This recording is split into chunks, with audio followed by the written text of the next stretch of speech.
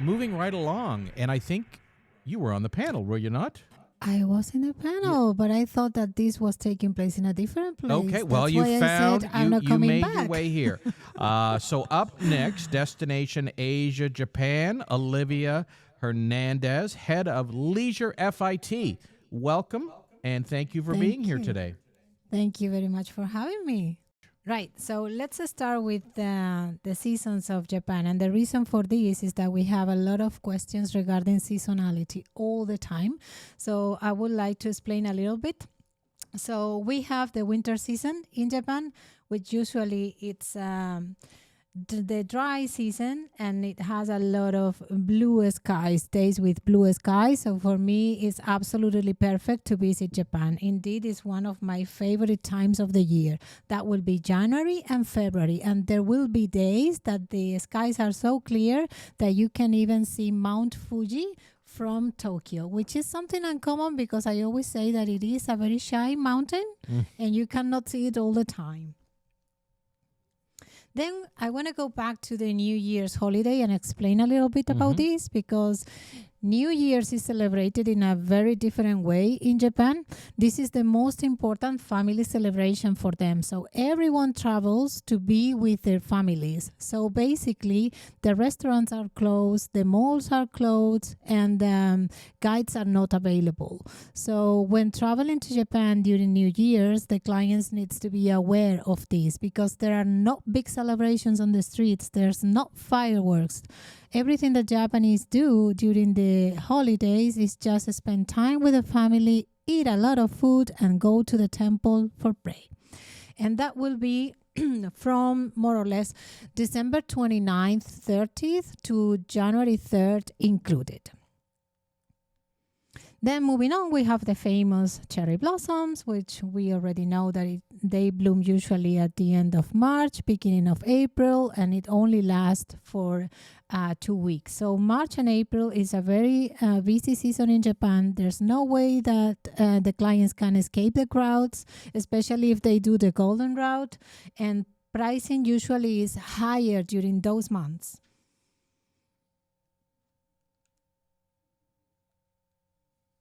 It's not moving. Oh, I'm going too far. Okay. So then we have also the early, the spring and early summer, which is May and June. It's also a good season to visit Japan. In May, we have our Golden Week holidays at the beginning of the month. So there's a lot of people traveling around. And then June, it's also a good season.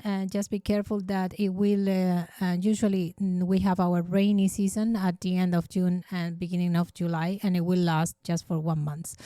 And then summer in Japan can be very hot, up to 40 degrees Celsius, and with 99% of humidity. And then we have the autumn season, which is lovely. Autumn leaves in Japan are amazing. It's our second peak season, and therefore pricings are also a little bit higher than the rest of the year.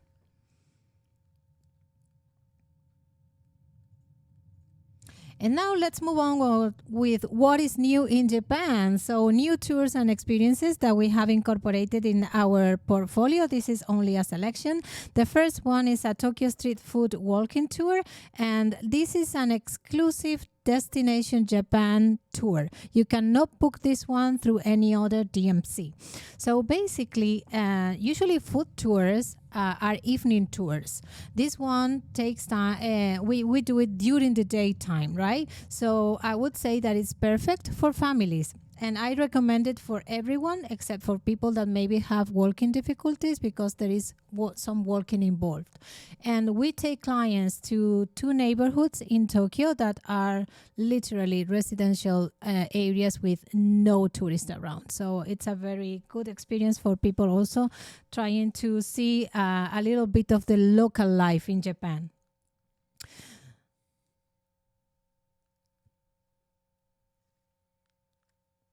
Sorry, I'm having a problem with this. I think if you point it towards Dawn, don't point it towards there. Okay. Yes. Sorry about that. That's okay. The next one is a tour to Inuyama. And I mentioned this during the panel before.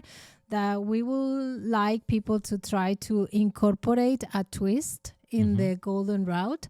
And this is a tour that it really goes well with that idea. So it's a full day Inuyama highlights tour from Nagoya. And basically we take the clients to this cute castle town.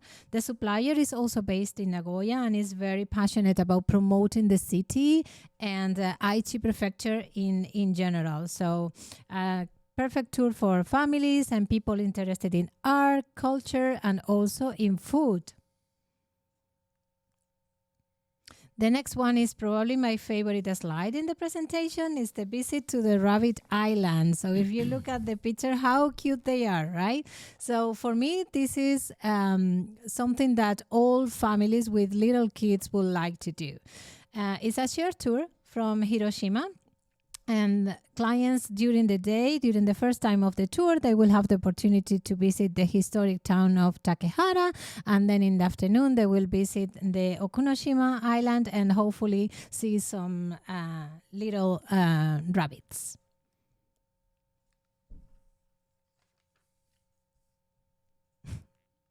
Okay, I'm having problems with this. Here we are, a ski tour from Nagano. This is also a tour that I like very, very much for one reason.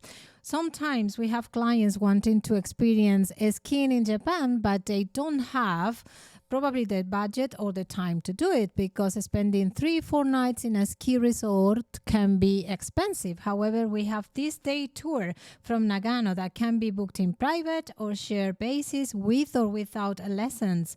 And, it's all inclusive. All the years, the lift pass, the transport, the tour leaders. And what is more important for me is that it is for all levels. So clients don't have to be a pro to actually join this tour.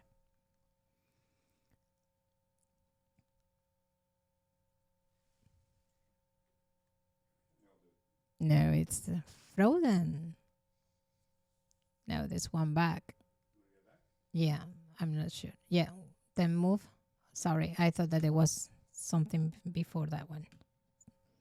Okay, Tawayura, please. Next slide. Yeah. So let's move to hotels. There have been a lot of new hotel opening recently in Japan. This one is Tawayura Kyoto. Here we are only going to mention a selection of hotels, and basically they are in this presentation because there are hotels that we want to promote, either because they offer a good service or because we have a great partnership with them and they are giving us special rates. So this one, Tawayura, it opened in June 2022. It is located in Kyoto next to Kamo River and within walkable distance to Gion. Gion is the geisha district in Kyoto. So if you have clients that are actually interested in staying in Gion area, this could be a good option as it also has easy access. Next one is Boko Osaka Central. It opened in May 2023. This is a boutique hotel and it has given us very competitive rates. This is why they are in this slide, and this is probably one of my favorite hotels in the city. Beautiful design, boutique hotel, easy access.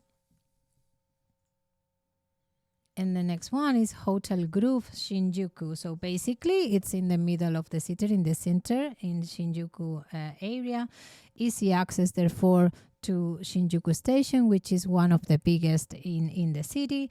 This one is located, the hotel, in Kabukicho Tower with a lot of entertainment facilities within the tower and restaurants options, not only in the tower, but also in Kabukicho area. And to me, this hotel, it's a more vibrant choice compared to other hotels in the city. Thank you very much for your attention. All right. Well, thank you, Olivia. Thank you. We really appreciate that from Destination Asia, Japan. I'm not going to forget that. I wrote it down. Shy Mountain, right? It It is a depends shy on mountain. how lucky you are if you get to see it entirely, right? But what Correct. a blessing it is when you do. Yeah. Exactly. And it's Absolutely beautiful. beautiful. Yeah, it's one of the most beautiful things in Japan. One of Yes. the highlights, Mount Fuji, and Japanese themselves, they are super, super proud of Mount It's Fuji. iconic, isn't it? Yeah. It is. It's Yeah. it's iconic. It's Absolutely.